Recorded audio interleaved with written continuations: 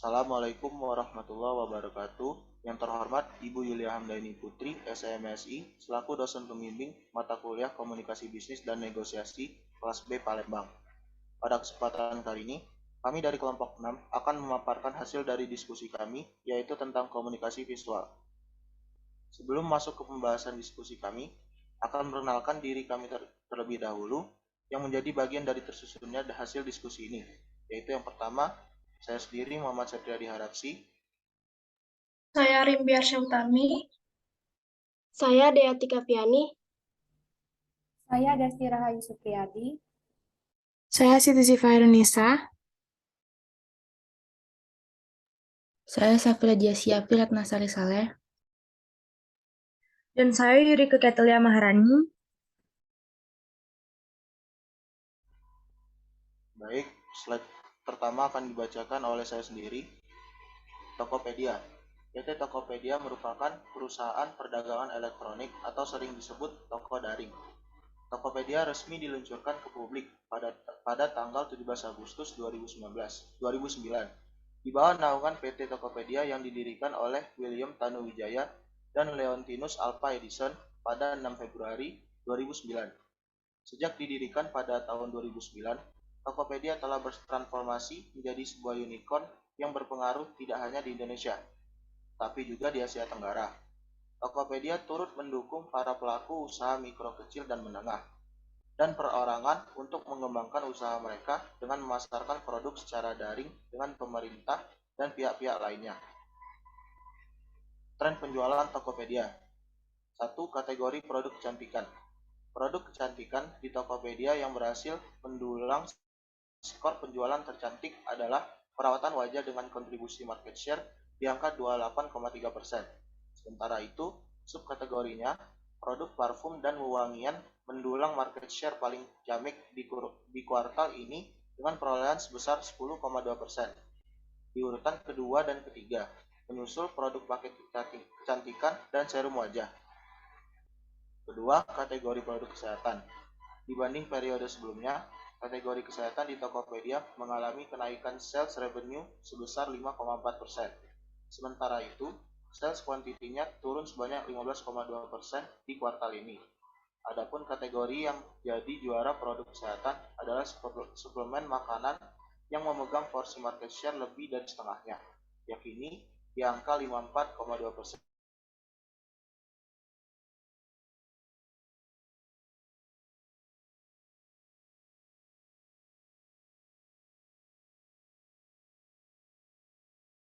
Kategori produk makanan dan minuman.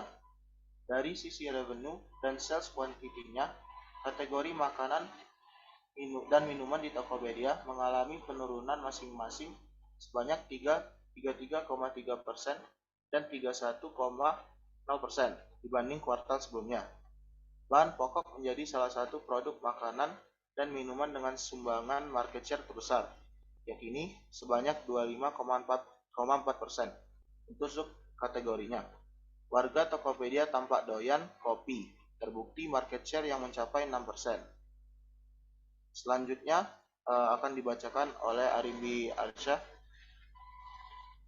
4. Kategori produk ibu dan bayi. Kategori ibu dan bayi mengalami kenaikan revenue dibanding kuartal sebelumnya dan kenaikan sebesar 7,6%. Hal ini berbanding terbalik dengan Shopee yang mengalami penurunan sales revenue di kuartal ini. Untuk kategorinya, produk susu formula dan makanan bayi jadi yang paling berkontribusi besar terhadap market share dengan sumbangan sebesar 25,2%. Sedangkan untuk subkategorinya, susu formula jadi pemenang market share dengan posisi serupa yakni sebesar 25,2%. Kekuatan merek. Berdasarkan analisis loyalitas pelanggan, Tokopedia menggunakan modern Customer-Oriented Organization Chart.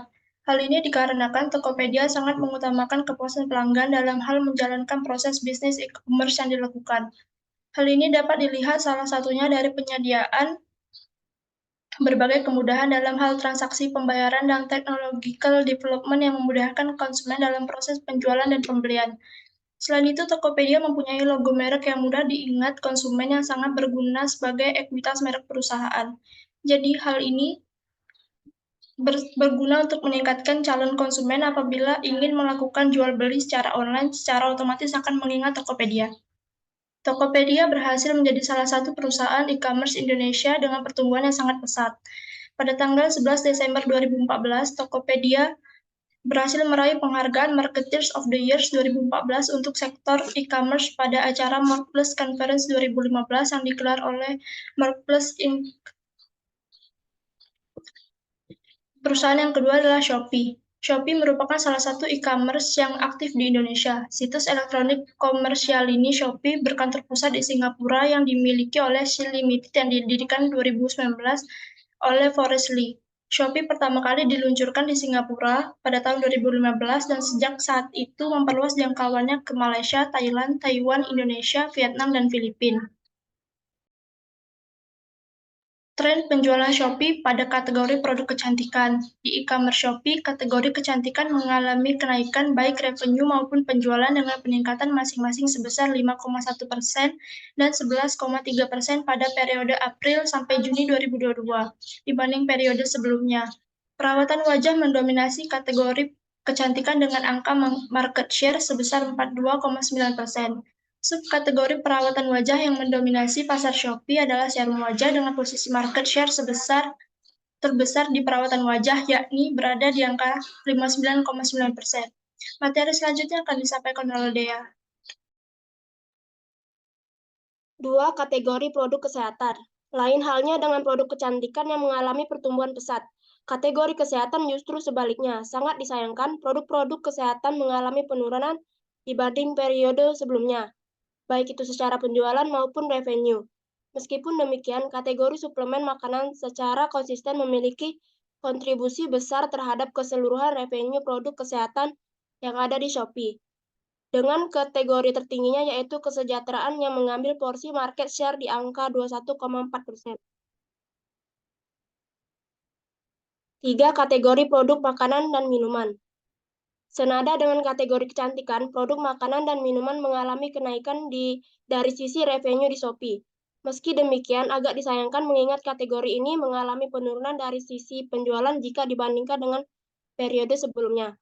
Adapun produk yang berkontribusi besar dalam keseluruhan revenue, makanan dan minuman di Shopee adalah subkategori makanan ringan yang berharap angka market share sebanyak 20,2%. 4. Kategori produk ibu dan bayi.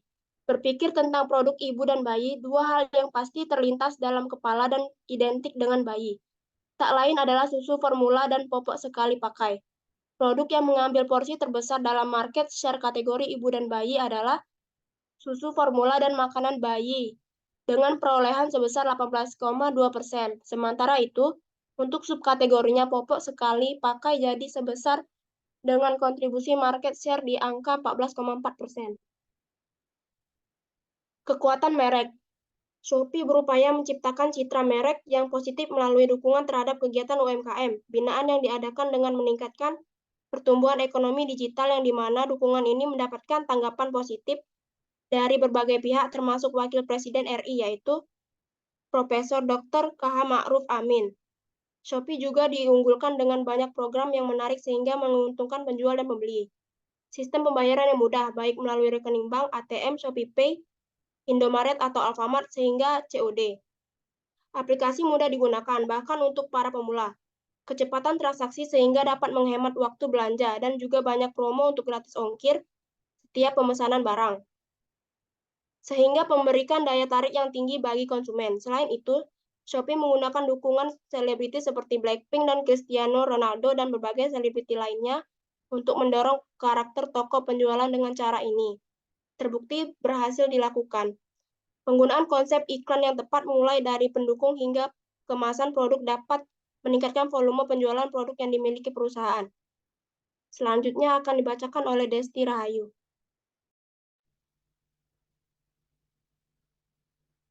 Next. Perusahaan ketiga, Indofood. PT Indofood CBP Sukses Makmur Tbk di CBP atau perseroan merupakan salah satu produsen produk konsumen bermerek yang mapan dan terkemuka dengan kegiatan usaha yang terdiversifikasi antara lain mie instan, dairy, makanan ringan, penyedap makanan, nutrisi, dan makanan khusus, serta minuman. Selain itu, ICBP juga menjalankan kegiatan usaha kemasan yang memproduksi baik kemasan fleksibel maupun karton untuk mendukung kegiatan usaha utamanya. Tren penjualan Indofood. Yang pertama, divisi mie instan. Untuk merek produk pop mie, PT Indofood CBP Sukses Makmur menjalankan kampanye in-home consumption yang mengajak konsumen untuk memiliki persediaan cup noodles di rumah sehingga mereka tidak akan kehilangan momen penting seperti saat menonton penyelenggaraan Piala Dunia, Asian Games, atau di tengah aktivitas yang menyenangkan karena timbulnya rasa lapar. Keberhasilan kampanye tersebut juga didukung oleh berbagai aktivitas pemasaran digital serta iklan-iklan di TV dan radio. Kedua, divisi dairy. Untuk memperkuat posisinya di pasar, divisi dairy terus berupaya melakukan diferensiasi di sepanjang tahun 2018. Kegiatan pemasaran digital terus ditingkatkan untuk meningkatkan interaksi dengan konsumen Indomilk yang cerdas digital. Salah satu inisiatif yang dilakukan adalah memasukkan berbagai permainan augmented reality ke dalam Indomilk App yang diluncurkan bertepatan dengan penyelenggaraan Asian Games 2018. Aplikasi tersebut diunduh hampir sebanyak 400.000 kali dan fitur dalam aplikasi ini mengajak para pengguna untuk berbagi foto-foto mengesankan bersama maskot Asian Games. Kegiatan lainnya dari divisi Dairy adalah Takjil Si Kecil, suatu kompetisi di mana para ibu dan anak-anaknya diundang untuk menciptakan resep-resep menarik dengan menggunakan produk Indomilk SCC. Ketiga, divisi makanan ringan. Produk extruded snack juga berhasil meraih kinerja yang positif dengan melanjutkan strategi untuk meningkatkan penetrasi ke berbagai outlet retail tradisional dan berbagai daerah pedesaan. Berbagai iklan di TV dan media digital harus dilakukan untuk mempererat consumer engagement. Selain itu, varian rasa juga ditambah dengan memperkenalkan judge rasa udang pedas. PT Indofood CBP Sukses Makmur menyelenggarakan kampanye pemasaran digital Cheetos Museum, sebuah ajang kompetisi yang mengundang para konsumen untuk berbagi bentuk-bentuk menarik yang mereka temukan pada produk Cheetos sesuai dengan imajinasi konsumen. Keempat, divisi penyedap rasa. Divisi ini meluncurkan produk Indofood racik keremesan ayam dalam format 2-in-1 mix. Di dalam setiap kemasan produk tersedia resep mix untuk membuat bumbu ungkep sekaligus keremesan ayam yang renyah dan berkualitas layaknya masakan restoran. Produk ini membantu konsumen dalam menyiapkan hidangan ayam goreng kremes yang sangat digemari sehingga dapat dinikmati bersama keluarga di rumah.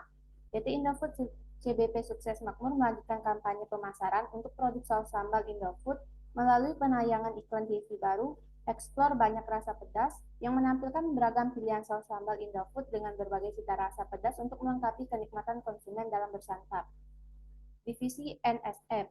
Divisi NSF berhasil memperkuat kepemimpinannya di kategori bubur bayi didukung oleh berbagai kampanye yang berhasil dijalankan dengan baik. Kampanye ini didukung oleh berbagai iklan di media sosial termasuk Facebook, Instagram, dan YouTube, serta kompetisi cerita Ini Rasanya, di mana para konsumen diundang untuk membagikan momen membanggakan sebagai seorang ibu.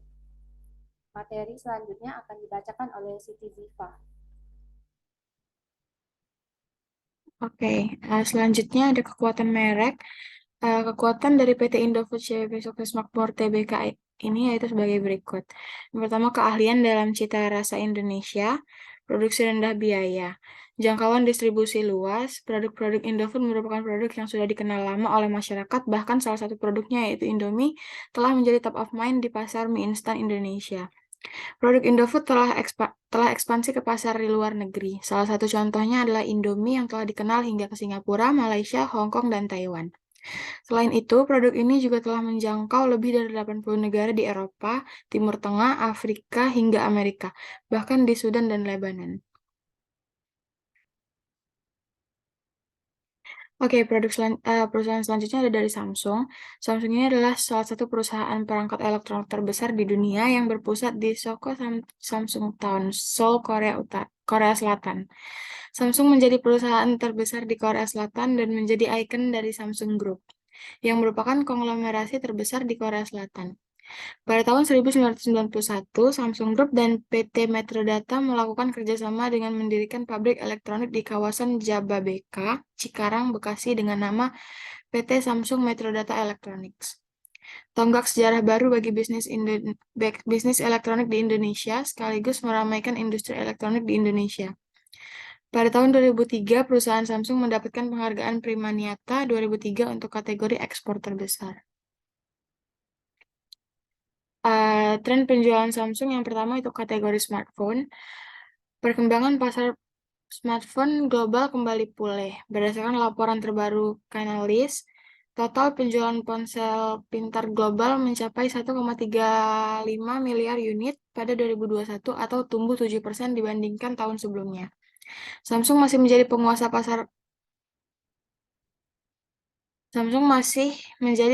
pasar ponsel pintar dengan total pengiriman 274,5 juta unit dengan pangsa sebesar 20%.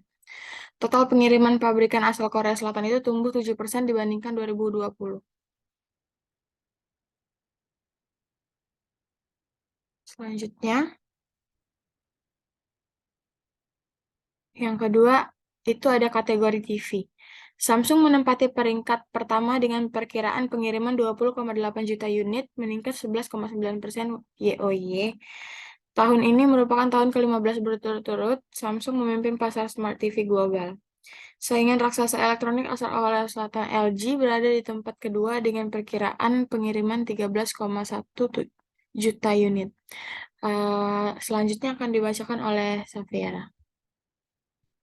Kekuatan merek. Ada banyak cara yang dilakukan oleh Samsung dalam upaya mempertahankan brand image. Contohnya adalah fokus dengan konsumen untuk memastikan pemahaman atas konsumen yang tersebar di berbagai wilayah, negara, dan kebudayaan yang berbeda-beda. Samsung mendirikan fasilitas riset untuk konsumen global, termasuk 36 pusat pelatihan dan pengembangan, 6 pusat desain, 7 lab riset gaya hidup, dan 7 tim inovasi produk dan di seluruh dunia.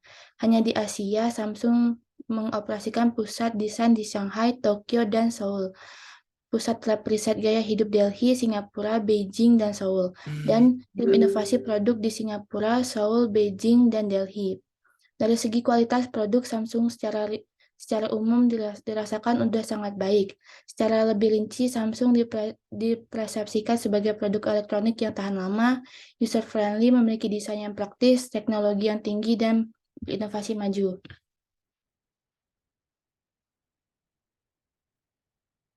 Perusahaan yang selanjutnya yaitu Grab. Grab merupakan salah satu platform layanan on-demand asal Malaysia yang bermarkas di Singapura. Berawal dari layanan transportasi, perusahaan tersebut kini telah mempunyai layanan lain seperti pengantar makanan dan pembayaran secara yang bisa diakses lewat aplikasi mobile. Pada awalnya, Grab didirikan di Malaysia sebelum kemudian memindahkan kantor pusatnya ke Singapura. Saat ini, Grab telah beroperasi di Asia Tenggara kecuali Laos dan Brunei. Grab merupakan startup Dekakorn, sebutan untuk startup yang memiliki valuasi perusahaan sebesar 10 juta miliar US dollar pertama di Asia Tenggara. Di Indonesia, Grab melayani pemesanan kendaraan seperti ojek atau Grab Bike, mobil, Grab Car, taksi, Grab Taksi, kurir, Grab Express, pesan antar makanan, GrabFood, dan carpooling Grab Hitch Car. Saat ini Grab tersedia di 125 kota di seluruh Indonesia, mulai dari Banda Aceh hingga Jayapura. Kategori GrabFood. GrabFood adalah layanan pesan antar makanan menggunakan jasa Grab dan penjualan pemesanan makanan melalui delivery apps. Hasil riset menunjukkan 82% restoran dan toko makanan minuman menggunakan aplikasi GrabFood untuk layanan mereka. Diikuti GrabFood 71% dan Singapura dan ShopeeFood 28%. Sedangkan di kota kecil GrabFood memiliki penjualan lebih tinggi 16% dibandingkan delivery apps lainnya. Materi selanjutnya akan dibacakan oleh Yurika. Hasil riset juga menunjukkan bahwa pengguna layanan pengiriman makanan lebih suka GrabFood dengan persentase sebesar 54%. dan layanan pesan antar yang digunakan sebulan terakhir yaitu GrabFood sebanyak 80% dibanding delivery aplikasi lainnya. Alasan pengguna memilih aplikasi GrabFood dari yang lain yaitu karena 1. Promosi, 2. Aplikasi mudah digunakan, 3. Lebih banyak pilihan resto, 4. Ongkos kirim lebih mudah, 5. Lebih mudah mendapatkan driver. Kekuatan merek. Selain harga dan promosi menjadikan faktor orang menggunakan aplikasi GrabFood, citra merek juga mempengaruhi keputusan pembelian. Citra merek atau brand image, GrabFood sudah dikenal publik secara luas bahkan beberapa negara di Asia Tenggara. Hal tersebut akan membuat orang menggunakan aplikasi GrabFood. Selain itu, aplikasi ini juga dikenal sebagai aplikasi yang menawarkan berbagai pilihan makanan dan minuman dari restoran, rumah makan, dan kafe yang terkemuka. Dan aplikasi ini juga dapat diandalkan dan dibanggakan oleh publik sebagai aplikasi pengantar makanan secara online terbaik. Kelebihan. 1. Nyaman bagi mata dan terkesan lebih bersahabat. 2. Mudah dipahami. 3. Mudah untuk mengidentifikasi pola. Kekurangan, persiapan membutuhkan waktu lama. 2. Membutuhkan tenaga ahli dalam pengerjaannya. Mengapa masih banyak pembicara yang kurang menerapkan visualisasi dalam presentasi? Masih banyak pembicara yang kurang menerapkan visualisasi dalam presentasi itu dapat dikarenakan proses pembuatan visualisasi cukup rumit, sehingga ada kemungkinan resiko bahwa audiens kita dapat memutuskan untuk tidak ingin meluangkan waktu untuk memahami apa yang kita tunjukkan. Baik, mungkin sekian pemaparan dari hasil diskusi kelompok kami. Kami mohon maaf apabila ada kesalahan dalam pengetikan maupun kesalahan pada pengucapan. Kami ucapkan terima kasih atas perhatiannya. Wassalamualaikum warahmatullahi wabarakatuh.